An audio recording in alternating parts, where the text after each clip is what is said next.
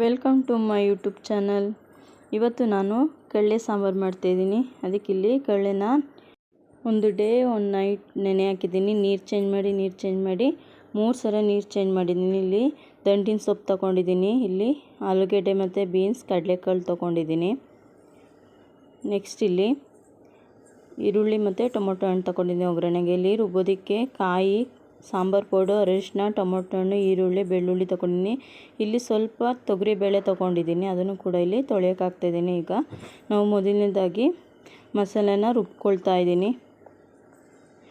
Mixie ಜಾರಿಗೆ ಎಲ್ಲನೂ ಹಾಕಿ ಸ್ವಲ್ಪ ನೀರು ಹಾಕಿ ನುಣ್ಣಗೆ ರುಬ್ಕೋಬೇಕು. ಈಗ ರುಬ್ಕೊಂಡು ಬರ್ತೀನಿ. ಇಲ್ಲಿ ಸ್ವಲ್ಪ ದೊಡ್ಡ ಕುಕ್ಕರ್ ತೊಗೋಬೇಕು. ಸ್ವಲ್ಪ ಎಣ್ಣೆ ಹಾಕ್ಕೊಳ್ತಾ ಇದ್ದೀನಿ. ಎಣ್ಣೆ ಕಾದ ನಂತರ ಇದಕ್ಕೆ ಸಾಸಿವೆ ಮತ್ತು ಜೀರಿಗೆನ ಆ್ಯಡ್ ಮಾಡ್ತಾ ಇದ್ದೀನಿ. ಈಗ ಈರುಳ್ಳಿ ಹಾಕಿ ಚೆನ್ನಾಗಿ ಫ್ರೈ ಮಾಡ್ತೀನಿ. ಸ್ವಲ್ಪ ಅದ್ರ ಕಲರ್ ಚೇಂಜ್ ಆಗೋವರೆಗೂ ಅಷ್ಟೇ ಫ್ರೈ ಮಾಡ್ಕೊಳ್ಳಿ. ಜಾಸ್ತಿ ಏನು ಫ್ರೈ ಮಾಡ್ಕೊಳ್ಳೋಕೆ ಹೋಗಬೇಡಿ. ಚೆನ್ನಾಗಿ ಮಿಕ್ಸ್ ಮಾಡ್ತಾ ಬನ್ನಿ. ಇದು ಫ್ರೈ ಆದ ನಂತರ ಇಲ್ಲಿ ನಾವು ಕಡಲೆನ ಹಾಕ್ಕೊಂಡು ಫ್ರೈ ಮಾಡ್ಕೋಬೇಕು. ಅದರಲ್ಲಿ ಸ್ವಲ್ಪ ನೀರಿನ ಅಂಶ ಇರುತ್ತಲ್ಲ, ಹಾಗಾಗಿ ಚೆನ್ನಾಗಿ ಫ್ರೈ ಮಾಡಿಕೊಂಡ್ರೆ ಅದು ಸ್ವಲ್ಪ ಒಗ್ಗರು ಕಮ್ಮಿ ಆಗುತ್ತೆ. ಇಲ್ಲಿ ನಾನು 3 ಸರಿ ನೀರು ಚೇಂಜ್ ಮಾಡಿರೋದ್ರಿಂದ ಅಷ್ಟಾಗಿ ಘಾಟಿರಲ್ಲ. ನೀರು ಹೋಗೋವರೆಗೂ ಫ್ರೈ ಮಾಡ್ಕೊಳ್ತಾ ಬನ್ನಿ. ಇದು ಮಳೆಗಾಲದಲ್ಲಿ ಅತಿ ಹೆಚ್ಚು ಸಿಗೋದು ನಮ್ಮ ಕಡೆ. ಹಾಗಾಗಿ ನಮ್ಮ ಆಂಟಿ ಕೊಟ್ಟು ಕಳಿಸಿದ್ರು ನನಗೋಸ್ಕರ ಅಂತ. ನನಗೆ ತುಂಬ ಇಷ್ಟ ಅಂತ ಕೊಟ್ಟು ಕಳಿಸಿದ್ರು. ಸೊ ಅದಕ್ಕೆ ಮಾಡ್ತಾಯಿದ್ದೀನಿ. ಈ ಸಾಂಬಾರಲ್ಲಿ ಊಟ ಮಾಡ್ತಾಯಿದ್ರೆ ತುಂಬಾ ಖುಷಿಯಾಗುತ್ತೆ. ಅದ್ರ ಘಮ ಕೂಡ ಮನೆ ಫುಲ್. ಕಡಲೆ ಸಾರು ಅಂದ್ರೇ ನನ್ನ ಫೇವ್ರೇಟ್ ಅಂತಲೇ ಹೇಳ್ಬೋದು. ಈಗ ಫುಲ್ ಮಿಕ್ಸ್ ಮಾಡ್ತಾಯಿದ್ದೀನಿ. ಇದಕ್ಕೀಗ ನಾನು ಟೊಮೊಟೊ ಹಣ್ಣು ಕೂಡ ಹಾಕಿದ್ದೀನಿ. ಈಗ ಫುಲ್ ಮಿಕ್ಸ್ ಮಾಡ್ತಾಯಿದ್ದೀನಿ. ಈಗ ನಾನು ಹಚ್ಕೊಂಡಿರೋಂಥ ತರಕಾರಿಗಳನ್ನು ವಾಶ್ ಮಾಡಿ ನೀರು ಸೋಸಿ ಇಟ್ಕೊಂಡಿದ್ದೆ. ಸೊ ಅದನ್ನು ಕೂಡ ಹಾಕ್ತಾಯಿದ್ದೀನಿ. ಹಾಕಿ ಸ್ವಲ್ಪ ಮಿಕ್ಸ್ ಮಾಡಿ. ಜಾಸ್ತಿ ಫ್ರೈ ಮಾಡಬೇಕು ಅಂತೇನಿಲ್ಲ ತರಕಾರಿನ, ಸ್ವಲ್ಪ ಹೀಗೆ ಮಿಕ್ಸ್ ಮಾಡಿದರೆ ಸಾಕು. ಇದಕ್ಕೆ ನಾನೀಗ ಸೊಪ್ಪು ಕೂಡ ಆ್ಯಡ್ ಮಾಡ್ತಾಯಿದ್ದೀನಿ. ನೀವು ಸಬ್ಬಕ್ಕಿ ಸೊಪ್ಪಿದ್ರೆ ಕೂಡ ಅದನ್ನು ಕೂಡ ಹಾಕೋಬೋದು. ಇಲ್ಲಿ ನಾನು ದಂಟಿನ ಸೊಪ್ಪು ಅಷ್ಟೇ ಹಾಕ್ತಾಯಿದ್ದೀನಿ, ಸ್ವಲ್ಪ ಹಾಕ್ತಾಯಿದ್ದೀನಿ. ಈಗ ರುಬ್ಬಿರುವಂಥ ಮಸಾಲೆನೂ ಕೂಡ ಆ್ಯಡ್ ಮಾಡ್ತಾಯಿದ್ದೀನಿ. ಇದನ್ನು ತೀರಾ ತೆಳ್ಳಗೆ ಮಾಡೋಕ್ಕೆ ಹೋಗಬೇಡಿ, ತೀರಾ ಗಟ್ಟಿ ಕೂಡ ಇರಬಾರ್ದು, ಮೀಡಿಯಮಲ್ಲಿರಬೇಕು. ನೋಡಿ, ಈಗ ಫುಲ್ ಮಿಕ್ಸ್ ಮಾಡ್ತಾಯಿದ್ದೀನಿ. ಇಲ್ಲಿ ಸಾಂಬಾರಿಗಿಂತ ತರಕಾರಿ ಕಡಲೆನೇ ಜಾಸ್ತಿ ಇರುತ್ತೆ, ಹಾಗಾಗಿ ಸ್ವಲ್ಪ ನೀರು ಹಾಕ್ಕೊಳ್ಳಿ. ನೋಡಿ, ಈ ಹದದಲ್ಲಿದ್ದರೆ ಸಾಕು. ತುಂಬ ತೆಳ್ಳಗೂ ಬೇಡ, ತುಂಬ ಗಟ್ಟಿನೂ ಬೇಡ. ಈಗ ರುಚಿಗೆ ತಕ್ಕಷ್ಟು ಉಪ್ಪನ್ನ ಆ್ಯಡ್ ಮಾಡ್ತಾಯಿದ್ದೀನಿ. ಸ್ವಲ್ಪ ಕಮ್ಮಿನೇ ಹಾಕ್ಕೊಂಡಿದ್ದೀನಿ.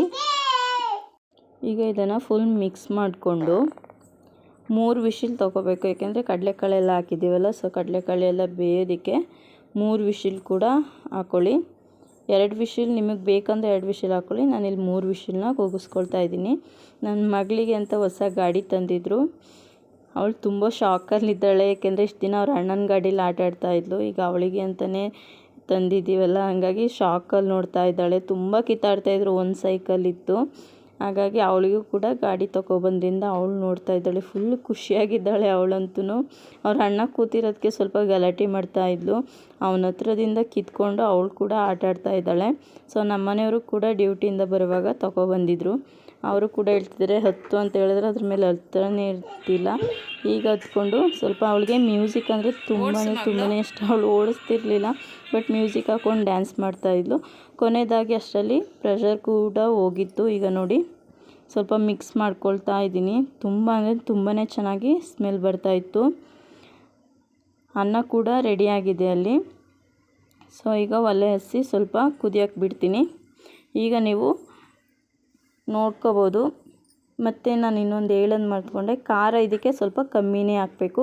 ಸಾಂಬಾರು ಪೌಡ್ರ್ ಹಾಕಿರೋದ್ರಿಂದ ಖಾರದ ಪುಡಿ ನಿಮಗೆ ಖಾರ ಬೇಕು ಅಂತೇನು ಹಾಕ್ಕೊಳಕ್ಕೆ ಹೋಗಬೇಡಿ. ಯಾಕೆಂದರೆ ಕಳ್ಳಲ್ಲೇ ಸ್ವಲ್ಪ ಖಾರ ಇರುತ್ತೆ, ಹಾಗಾಗಿ ಇಲ್ಲಿ ಖಾರ ಜಾಸ್ತಿ ಹಾಕಬೇಡಿ. ಖಾರ ಹಾಕ್ಬಿಟ್ರೆ ತಿನ್ನೋಕ್ಕೆ ಕೂಡ ಆಗೋದಿಲ್ಲ. ಇಲ್ಲಿ ರುಚಿ ನೋಡ್ತಾ ಇದ್ದೀನಿ, ಸ್ವಲ್ಪ ಉಪ್ಪು ಕಮ್ಮಿ ಆಗಿತ್ತು, ಹಾಗಾಗಿ ಸ್ವಲ್ಪ ಉಪ್ಪನ್ನ ಆ್ಯಡ್ ಮಾಡ್ತಾ ಇದ್ದೀನಿ. ಈಗ ಫುಲ್ ಮಿಕ್ಸ್ ಮಾಡ್ತಾ ಇದ್ದೀನಿ. ಕೊತ್ತಂಬರಿ ಸೊಪ್ಪನ್ನು ಅಷ್ಟೇ ಜಾಸ್ತಿ ಏನು ಹಾಕ್ಕೊಳಕ್ಕೆ ಹೋಗಬೇಡಿ. 1-2 ಕಡ್ಡಿ ಹಾಕಿ ಸಾಕು ಅಷ್ಟೇ.